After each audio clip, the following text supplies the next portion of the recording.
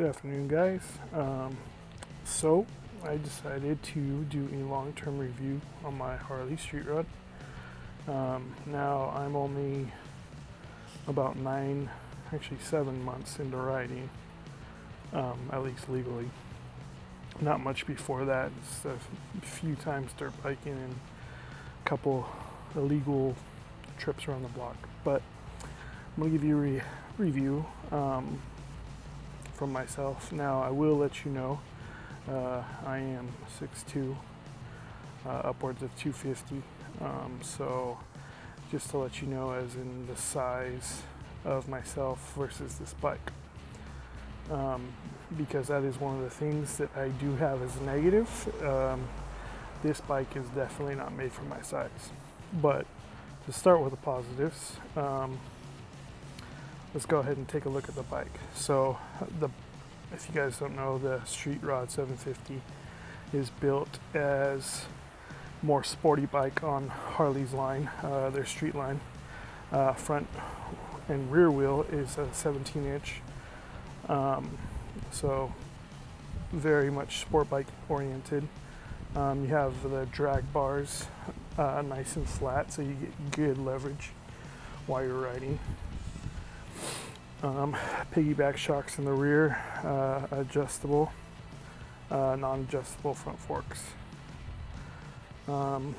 LED turn signals, and I think an LED headlight was an upgrade option, which I did not do. Also, the bar and mirrors. Now, I had the Street 500 before this, so it is definitely a big upgrade from that bike. The mirrors alone was a huge difference, because I could barely see anything with the Street 500, especially as big as my shoulder frame is. But with these bar and mirrors, I can see anything, and I do mean anything. I really don't have blind spots. Gives me plenty of visual.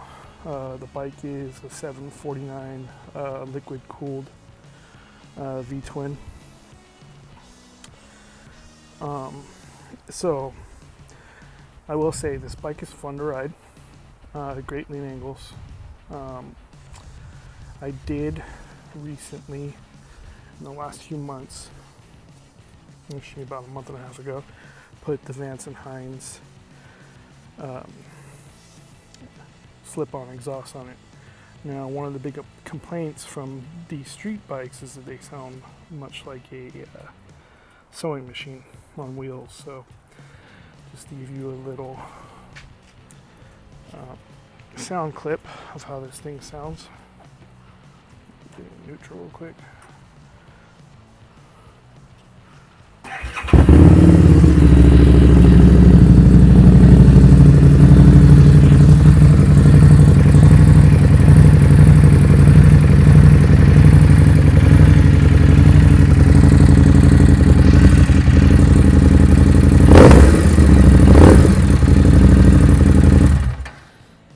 So yeah, it definitely beefed up the sound. I can feel a little bit more pull, so there's a little bit more power. I think they said that it adds about 4 to 5 more horsepower, swapping the exhaust out, and it lightens the weight. The other exhaust went out all the way to, let's see, put my foot in there, about right here. It was about 5 pounds heavier, so it dropped the weight.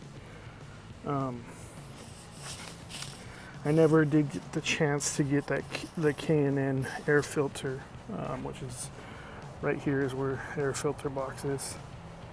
But maybe a change that happens, who knows. Never really had a problem with the tail tidy to want to go get that. I will say there are a few upgrades that can help with taller riders. From what I've learned through Harley, this bike is built for somebody about 5'9" or shorter. Of course, I didn't find that out until after I bought the bike, and I am 6'2". So as you can probably guess, I am very cramped, which brings me to the negatives. Riding position is not that great. Now, when I first got the bike, I didn't feel too bad on it just because I had the Street 500 before and it was a similar riding position, and that's the only street bike I'd been on. So I knew no different, so it didn't bother me. But after spending some time on it and having a longer ride now for work, it's definitely caused some problems. Hip flexor to being one of them in the back, just because of how you're leaning, which I don't mind a little bit of a tuck. But the problem is where those foot pegs are puts my knees right up here. As you can probably guess, I have longer legs, so my knees, when my hands are straight out, are pretty close to my hands, so it puts me in a real weird angle. Now, the one thing that does work out well with the seating position, at least as far as the leaning forward for these flat bars, the drag bars, is you have good momentum, or I shouldn't say momentum, but good leverage when leaning into turns. This bike is a lot of fun going into canyons and stuff like that. My only problem is because of me being too big for it, I don't get to those canyons very often because it is a little more painful. I do tough it out to get to the beach. I live in California, so being on PCH is pretty nice on this bike. It's fun. But yeah, the back thing is killing me. Now, to get to some upgrades that you can do to this bike, there is a company out here in California called Tuffside. I believe they also are affiliated with Chapel Customs, and they make 3 different seats for this bike. One is actually I think it's 4 seats. So there's one that sits a lot lower for the shorter riders, because it is a decent amount of stretch down to the ground as far as your feet go. But they also have another one that has another high back, so it's similar shape, just adds a little more support. And then they have one called the super tall boy, and that one adds about 2 inches up to about right there. It's basically level with that point of the tank, so it gets you a little stretched out from the foot pegs, which is nice. The only thing I would suggest is that if you do that, you should probably put the bar risers on it to add a couple inches, because if you sit up a little bit taller, you're going to be leaning down more. Unless you like the lean, then no big deal, but otherwise put a couple inches on the bar riser. That way you can straighten your back up just a bit. The good thing about the lean, the slight lean to it though, is that you're into the wind, and if you're on the freeway, the wind holds you up. Now, the bike is plenty strong, especially for me who's only been riding for a little while. I think it'd probably be stronger, but I'm on the heavier side of what this bike is meant for. So when I'm on the freeway, I get up to speed pretty darn easy. I've been able to push it upwards of 85, 95 miles an hour, so no big deal there. As far as getting up to speed and doing and overtaking other traffic and all that, you do have to get used to filtering lane sharing because it is legal in California with these bar and mirrors, because it makes the bike pretty wide. The tank, I think, is 3.4 liters or 3.5 liters. 3.5 gallons. So I think that's 13 liters or something like that. But yeah, you see there's a wide. Now, a few things I did add on was I have my tank bag. I got the magnetic one from Cortech, which is awesome. That thing doesn't budge no matter how fast I'm going. And then I have the quad lock mount for my phone. So that thing doesn't budge either. Does awesome. And it makes so you can put in some nice little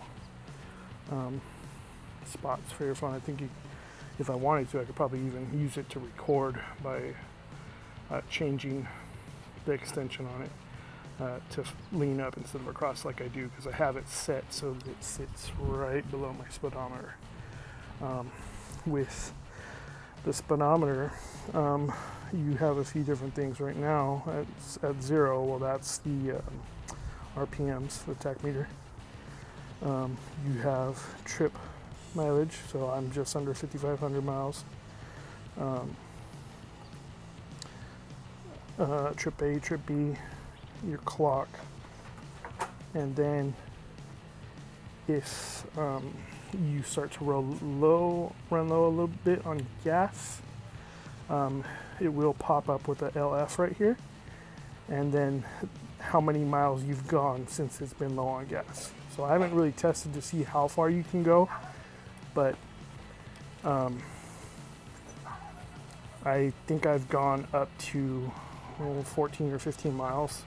I'm pretty sure the tank reserve goes above 20, but without having somebody to follow me behind with to make sure, I don't want to test that. So yeah, anyways, this is the Harley Street Rod. So if you guys have any questions, let me know. I will answer them all best I can.